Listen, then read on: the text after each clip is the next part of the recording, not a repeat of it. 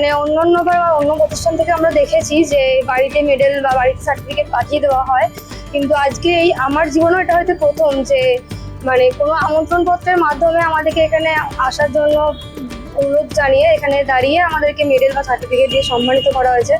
এটা খুবই একটা দরকার, এটা হলে আমরা আরো মোটিভেট হতে পারবো, আমরা আরো হয়তো অনেকটা দূরে পৌঁছাতে পারবো। বাচ্চাই মোটিভেট হয়েছে, কেননা এত বড় একটা মঞ্চে যে সার্টিফিকেট পাওয়াটা মানে সবার একটা সম্মানের ব্যাপার আছে, একটা সবাই ভালো লাগার একটা ব্যাপার আছে, মা বাবাদের একটা ভালো লাগে এত বড় মঞ্চে একটা সার্টিফিকেট পেলো। বাড়িতে পেলে সেরকম হতো না, কিন্তু যে পেয়েছে মঞ্চে ওদের অনেকটা এফেক্ট করেছে, অনেকটা। অবশ্যই মোটিভেটিং, কারণ আমাদের মধ্যে বা আরো যারা অন্যান্যরা আছে ছাত্রছাত্রীদের কাছে অবশ্যই মানে কি বলবো, তারা আরো এগিয়ে যাওয়ার জন্য উৎসাহ পাবে এরকম প্রোগ্রামে এসে। এবং বাবা মাদেরও অনেক সময় অনেক কিছু মানে থাকে যে এরকম ব্যাপার যে পড়াশোনা করার পাশাপাশি একটু এই দিকটা একটু দমে যায়, কিন্তু এইরকম অনুষ্ঠানে আসার পর বাবা মারাও চাইবে যে তাদের ছেলেমেয়েরা আরো এগিয়ে যাক। তো এটা ফার্স্ট এক্সপিরিয়েন্স, যে কেমন হবে এতটা জানতাম না। তো এতদিন সার্টিফিকেট বাড়িতে পেয়েছি বা স্যারেরা দিয়ে এসেছে, তো এখানে এসে একটা আলাদা রকম অনুভূতি হয়েছে।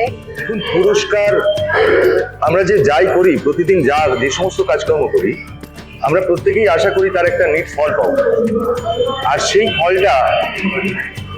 ফলটাকেই আমরা পুরস্কার বলে ভাবতে পারি। আর সেটা যখন একটা বস্তু বিশেষ হয়ে আমাদের সামনে আসে আর সেটাকে যখন বারবার দেখি, গর্ব অনুভব হয়।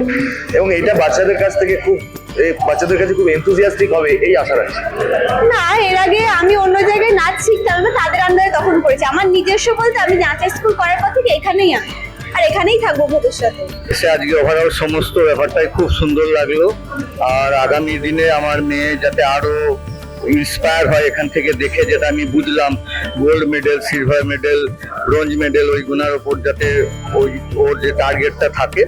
বিশেষত যারা খুবই ছোট তারা তো ভীষণভাবে মোটিভেট হবে, এছাড়াও যাদের ইনস্টিটিউশন আছে তেনারাও ভীষণভাবে এগিয়ে যাবে এবং ছাত্রছাত্রীদের মোটিভেট করতে সুবিধা হবে। সহযোগিতা ছাড়া আমি পরীক্ষাটা দিতেই পারতাম না, উনি ভীষণভাবে আমাকে হেল্প করেছেন। এবং এখানে এসে সারাদিন বসে এত বাচ্চাকে পুরস্কার দেওয়া হচ্ছে, সত্যি ভীষণ ভালো লাগলো।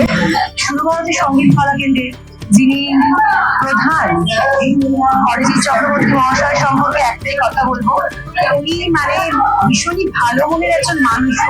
শুধুই যে গুণী মানুষ তা নয়, উনি খুব ভালো মনের মানুষ। আমরা যতবারই সেন্টারে যাই আসি, যেভাবে ওনার সাথে যোগাযোগ হোক না কেন প্রত্যক্ষভাবে, উনি সব সময় আমাদের কোঅপারেট করে চলেছেন। আজ দীর্ঘদিন ধরে এই সঙ্গীত কলা কেন্দ্রের সঙ্গে আমরা জড়িত রয়েছি, কিন্তু কোনোদিনও মনে হয়নি আমাদের যে আমরা এই সেন্টার থেকে কোনোদিন কোনো কম ফেসিলিটি পেয়েছি।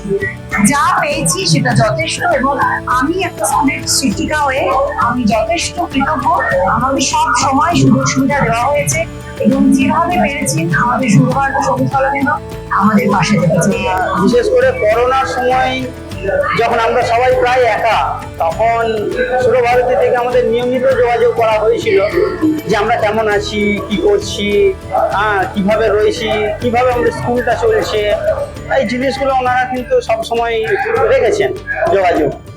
আমি মানে ভাষায় তো প্রকাশ করার মতো নয় অবশ্যই, তবে ধন্যবাদ জানাবো সবাইকে, সুরভারতী সঙ্গীত কলা কেন্দ্রকে এবং আমার গুরুকে। অবশ্যই আমার শিক্ষক ছাড়া তো এটা সম্ভব না কখনোই। এবং সুরভারতীর উদ্যোগ খুবই সুন্দর, এর দ্বারা ছাত্রছাত্রীরা আরো উদ্বুদ্ধ হবে এবং ভবিষ্যতে আরো এগিয়ে যাবে।